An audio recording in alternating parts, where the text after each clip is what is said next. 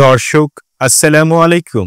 স্বাস্থ্য বিষয়ক ইউটিউব চ্যানেলে আপনাদেরকে স্বাগতম।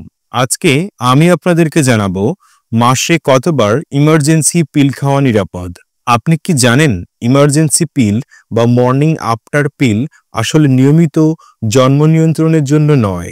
আজকে আমরা বিস্তারিত আলোচনা করব ইমার্জেন্সি পিল কতটা কার্যকর, মাসে কতবার খাওয়া নিরাপদ, এর পার্শ্ব প্রতিক্রিয়া কী এবং এর পরিবর্তে আর কোনো বিকল্প কোনো পদ্ধতি রয়েছে কিনা। চলুন শুরু করা যাক আজকের ভিডিওটি। ইমার্জেন্সি পিল নামের মধ্যেই রয়েছে এর আসল কাজ। এটি শুধুমাত্র জরুরি পরিস্থিতিতে খাওয়ার জন্য, যেমন কন্ডোম ছেড়ে যাওয়া, অন্য জন্ম নিয়ন্ত্রণ পদ্ধতির সমস্যা হলে অথবা জন্ম নিয়ন্ত্রণ ছাড়াই শারীরিক সম্পর্ক হয়ে গেলে। এ পিলে হরমোনের মাত্রা অনেক বেশি থাকে, তাই এটি কার্যকর হলেও পার্শ্ব প্রতিক্রিয়ার ঝুঁকি অনেক বেশি। ইমার্জেন্সি পিল মূলত দুই ধরনের হয়। এক ধরনের হচ্ছে লেভোনোরজেস্টন। এটি সহবাস করার 72 ঘন্টার মধ্যে খেতে হয় এবং মাসে 2 বার খাওয়া উচিত, এর বেশি খাওয়া উচিত নয়। আরেকটি রয়েছে ইউলিপিস্টাল অ্যাসোসিয়েট। এটি সহবাস করার 5 দিনের মধ্যে খাওয়া যায়, তবে মাসে একবারের বেশি এটি খাওয়া উচিত নয়। ইমার্জেন্সি পিল কতটা কার্যকর? সহবাসের 12 থেকে 24 ঘন্টার মধ্যে খেলে এর কার্যকারিতা প্রায় 95% হতে পারে, তবে গড়ে 50 থেকে 85% ক্ষেত্রে এর কার্যকারিতা ভালো হয়। যদি ওভুলেশন হয়ে যায় তখন কার্যকারিতা অনেক কমে যায়। ওভুলেশন বলতে মাসিকের 14 দিন আগের। চলুন এবার জেনে নেই ইমার্জেন্সি পিলের পার্শ্ব প্রতিক্রিয়া।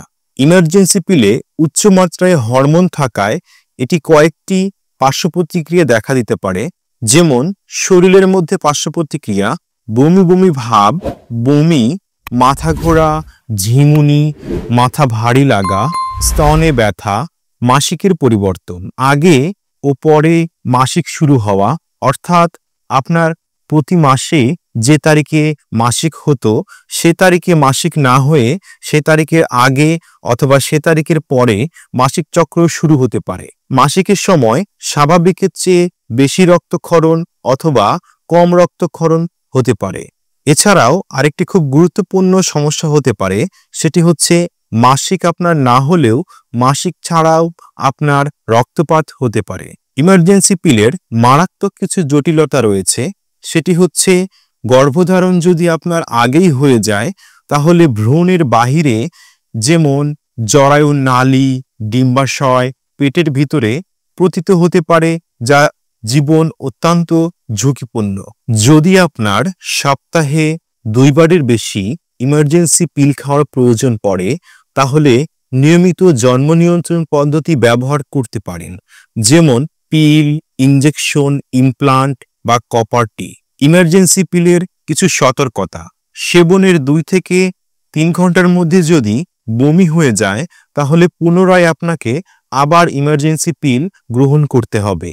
অতিরিক্ত ওজন বা কিছু ওষুধ, যেমন যক্ষ্মার ওষুধ, খিঁচুনির ওষুধ, ইমার্জেন্সি পিলের কার্যকারিতা কমিয়ে দিতে পারে।